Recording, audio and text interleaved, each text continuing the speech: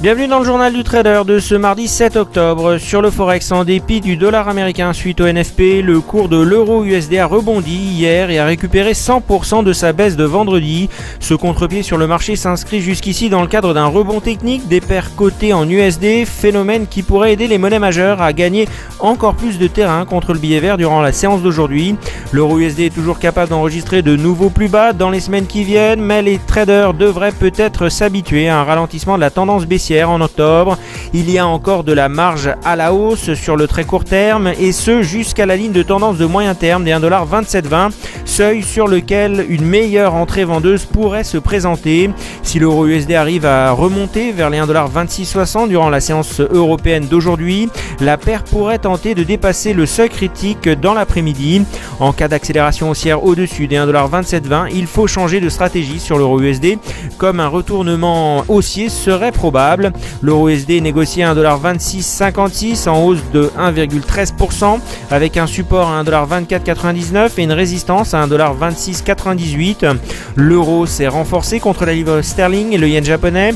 La paire euro GBP a fini en hausse de 0,44% pour toucher les 0 livres 78,70. La paire euro JPY a fini en hausse de 0,20% pour toucher les 137 yens 67. À New York, Wall Street a fini hier en repli marginal. Le rebond des indices US de vendredi dernier ne s'est pas prolongé, faute de catalyseurs décisifs.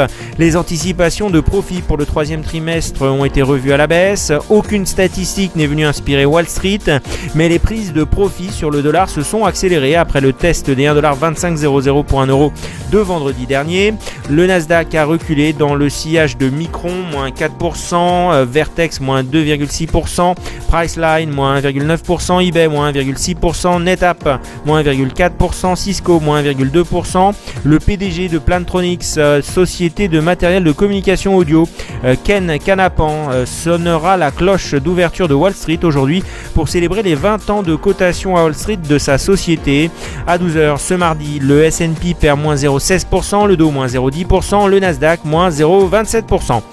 À 12h ce mardi, le CAC perd moins 1,04%. Paris se laisse dériver dans le rouge mardi matin, les investisseurs ayant du mal à trouver des éléments pour faire rebondir le marché après sa correction de la semaine passée. Le marché reste prudent et attend les premiers résultats des sociétés américaines pour percevoir une nouvelle tendance à court terme. Le groupe d'aluminium Alcoa doit ouvrir la saison des résultats ce soir avec ses comptes de troisième trimestre. Les autres places européennes sont également en baisse. Francfort cède 0,7% après l'annonce d'une chute de la production industrielle allemande au mois d'août. Londres abandonne 0,6% malgré l'effervescence autour des valeurs minières.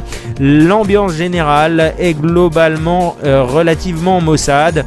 La menace posée par le virus Ebola et le développement de l'État islamique qui s'approche désormais des frontières turques sont autant de raisons de se montrer prudent. Les valeurs automobiles subissent quelques prises de bénéfices suite au démarrage plutôt positif du mondial de l'automobile de Paris. À 12h ce mardi, le DAX perd moins 0,77%, le FTSE 0,71%, l'Eurostoxx moins 1,10%. À Tokyo, le Nikkei a fini en baisse de moins 0,67% et le Topix moins 0,43%. Le marché nippon en repli à l'ouverture est remonté en fin de matinée à la faveur de commentaires du gouverneur de la Banque du Japon sur la faiblesse du yen, mais est reparti à la baisse dans l'après-midi après la décision de la Banque du Japon de revoir à la baisse son évaluation de la production industrielle japonaise. Devant une commission de parlementaires, le gouverneur de la Banque du Japon, M. Kuroda, a estimé que le yen faible avait un effet positif sur l'économie.